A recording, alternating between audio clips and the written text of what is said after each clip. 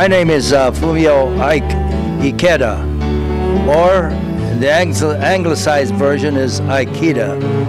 I was born in San Jose, California, but moved to Clovis when I was a year old, so I consider myself a native of Clovis.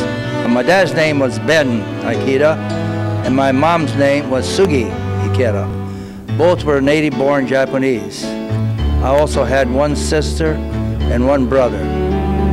Growing up, I had a carefree life that moved at a much slower pace than life today. My family and most of the families around me were farmers.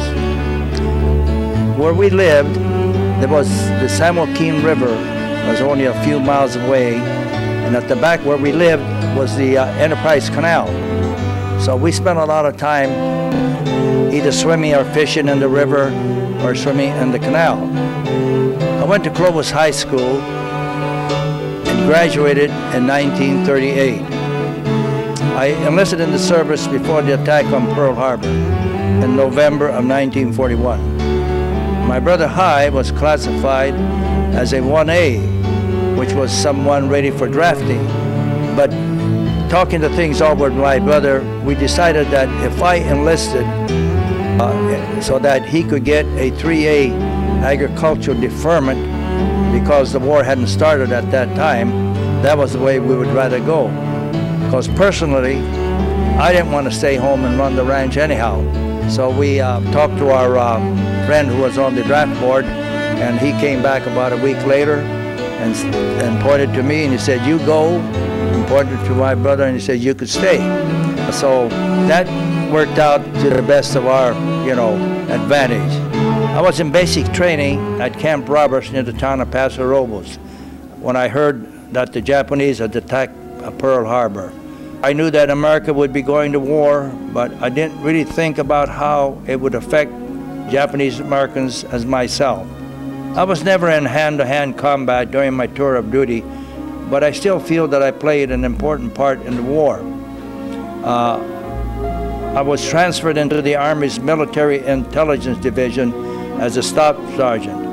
I was shipped out to Asia where my job was to translate documents, interrogate prisoners, and interpret for American officers. I was doing what was called detached service and was assigned to several different companies and groups.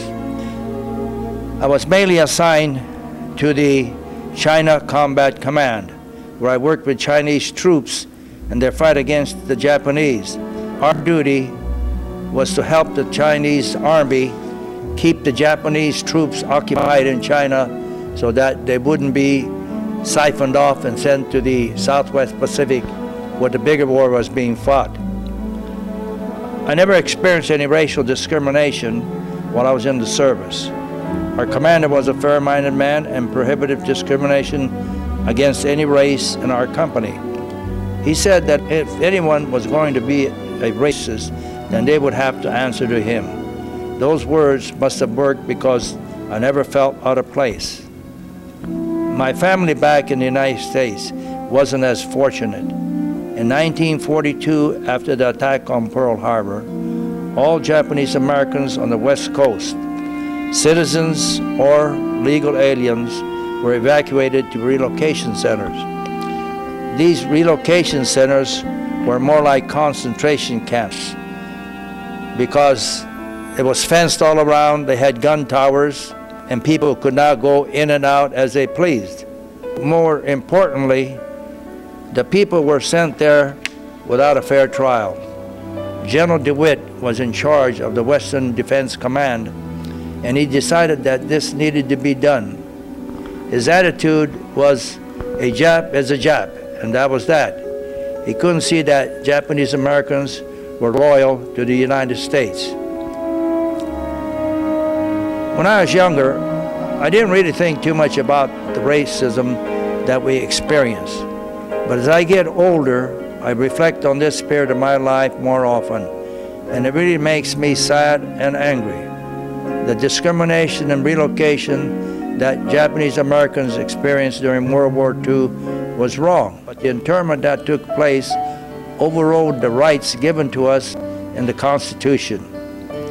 I feel that we must give our citizens the rights to guarantee them and the Constitution if this country is truly worth fighting for. I served for 4 years and 1 month to defend America and the Constitution that makes this country so great. The American government eventually apologized for the relocation camps, which is something that most countries would never own up to. I still believe that America is the greatest country in the world, and I hold my head high as an American citizen and also as a veteran of the United States Army. I think they found out that our blood, when we are shot or when we are killed, is just as red as the next guy's.